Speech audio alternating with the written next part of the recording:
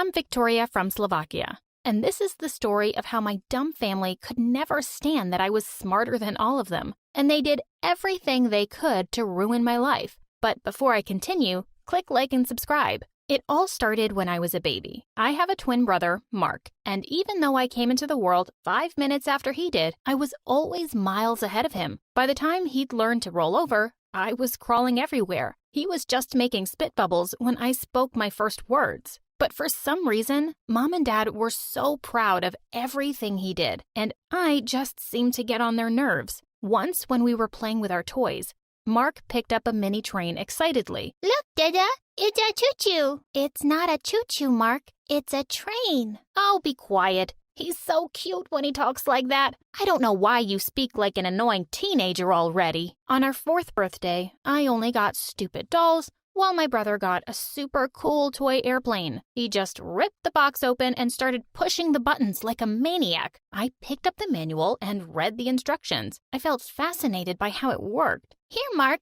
let me give it a try. No, you leave it to the boys. Even my dad couldn't get it to work. This is garbage. And with that, he tossed it aside. I quietly picked up the airplane, and a few seconds later, everyone looked up in shock as it zoomed over their heads. Mark started to cry, and Dad snatched the remote control from me and told me to teach my bratty brother. But after I did, he would never let me have a turn. I would just sneak into his room at night and take it whenever I wanted. Once when we were in the 4th grade, my brother and I were playing Scrabble and my parents joined in. What I thought would be a fun family game night turned out to be a nightmare. I get 54 points for Sphinx. That's not even a word. You're just making stuff up. No, I'm not. It's an imaginary creature. So it's not real. Ha! I knew it. Cheater. Just because you don't know something doesn't mean it's not true. Suddenly, Dad lost his temper and knocked the board off of the table. You think you're smarter than all of us, huh? I never said that, but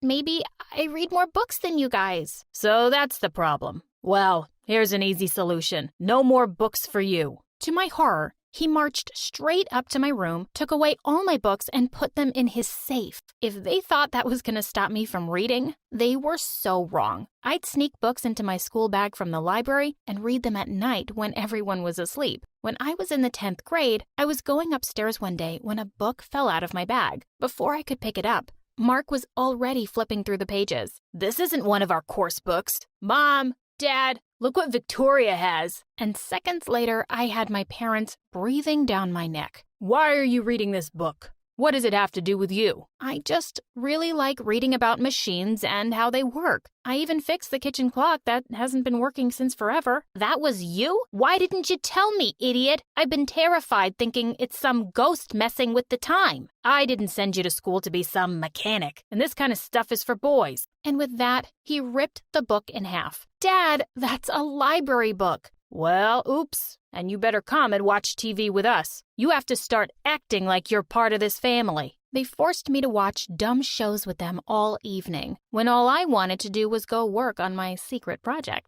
You see, about a month ago, I'd entered the science fair, and I'd been secretly working on an amazing robot arm. On the day of the fair, I woke up extra early, snuck out of the house with my project, and put it in my locker. When the science teacher called me to set up my table at the fair, I couldn't help grinning at Mark's surprised face. As the judges and other students gathered around my table, I announced, "This solar-powered robot arm can play catch with you, chop up vegetables, and even write with a pen. Exhibit A." Everyone gasped as the arm started chopping up carrots at warp speed. And then suddenly, something went very, very wrong. The arm started making some strange sputtering noises, and the next thing I knew, it flung the knife towards the crowd, missing one of the judges by an inch. As the horrified crowd started to scatter, I burst into tears. I couldn't understand how this had happened until I spotted Mark's ugly face smiling in the crowd. Of course he tampered with it. I didn't win anything, and to make things worse,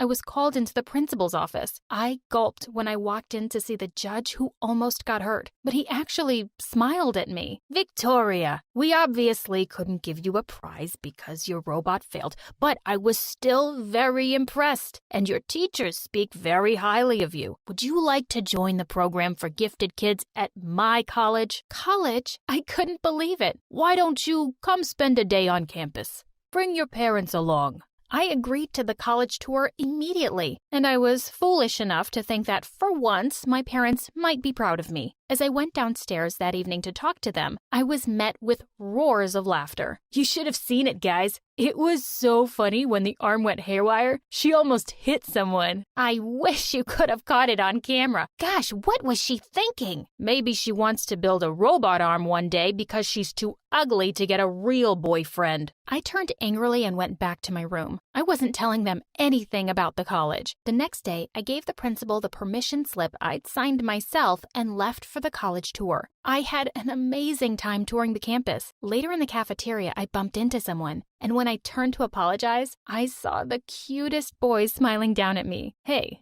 let me help you with that. I'm Luke, by the way. Luke was really sweet, and we struck up a conversation immediately over lunch. I didn't even notice how quickly the time had passed. When I was leaving, he said, I know we just met, but I'd love to keep in touch. It's hard to find people you can talk to easily. I knew exactly what that felt like. I was on cloud 9, but I fell back pretty hard on earth as soon as I got to school. Waiting at the gate were the principal and my parents, and they looked livid. You forged my signature? Dad, let me explain. Where were you all day? I've been offered a full scholarship at an amazing college. College? What kind of college would want a stupid schoolgirl? Sir, your daughter is very smart, and you can visit the college. I'll be doing nothing of the sort. That's because she's not going. And I want you to stop telling her she's better than the rest of us, or I'll sue you. As furious as I was, I knew there was no point in arguing with these guys. I would just have to wait a couple of years to get out of here. They couldn't take everything away from me, I thought. I called up Luke and we started seeing each other. As we grew closer, I opened up to him about my crazy family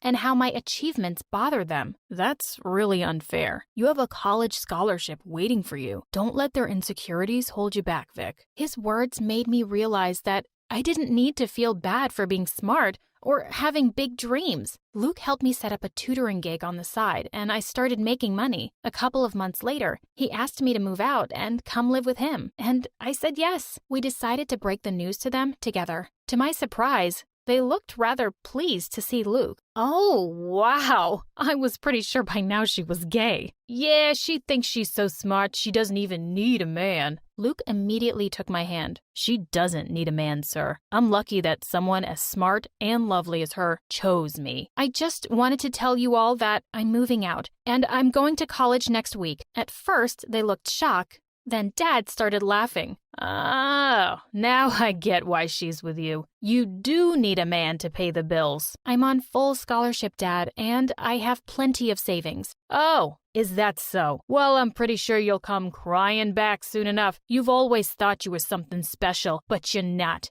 And you never will be. Maybe you're right, Dad. Maybe I'm not special, but I'm smart and hardworking, and I love to learn. And now that I won't have you putting me down, I can be anything I want. And with that, I walked out with Luke. I was going to put my family behind me for good. On the first day of college, when someone came and sat next to me in class, I looked up and nearly fell off my seat. Mark, what are you doing here? Oh, I go to this college now. Dad pulled some strings to get me in here. He says that if you're smart enough to go to college, so am I. Just seeing Mark every day was ruining my college experience, but I knew I didn't have to worry about it for too long. He was nowhere near smart enough to keep up with college studies, and after flunking for 2 semesters straight, he finally left. I graduated college with honors, and on the same day, Luke proposed to me. I called Mom a few days later to invite my family to the wedding. Oh, did you say the date is May 15th? Oh, sorry, no, we can't make it. Marky is getting married on the same day. What? To whom? Oh, I don't know yet, but we'll be very busy. So good luck with your wedding. I couldn't believe she just decided to have Mark's wedding on the same day as mine. The moment I told her the news, Mom is horrible. My wedding day was the happiest day of my life,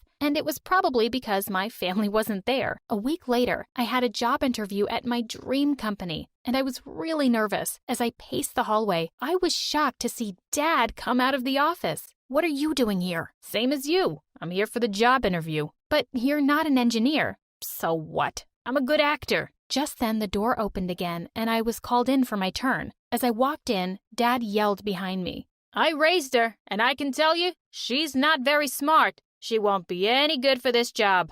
Everyone in the room looked rather shocked, I felt so humiliated, but I managed to collect myself and I aced the interview. I was immediately offered the job. A year later, we welcomed a beautiful baby girl, Maddie, and we decided that we needed a bigger place. We started going to open houses, and I fell in love with a beautiful Victorian cottage. When we approached the realtor, she said, "Oh, don't get too attached to this place. Another family's already made an offer on it." I turned around to see that it was my family she was pointing to. Unbelievable! I'll match any offer they make, and I'll personally talk to the homeowner about how much it would mean for us to live here. After speaking with the owner, I made an offer. As expected, my parents went up even higher. I didn't want to get into a bidding war, and I let them have it. Luke and I walked by the house a day after they'd moved in. The minute the trio spotted us, they all came running out.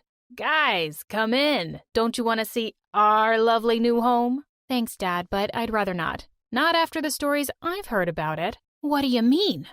"Oh, I spoke with the owner, and she told me that 10 years ago, a tenant mysteriously died in this house, and nobody stays here too long ever since, because strange things keep happening. That's why she decided to finally sell it. Such an honest old lady."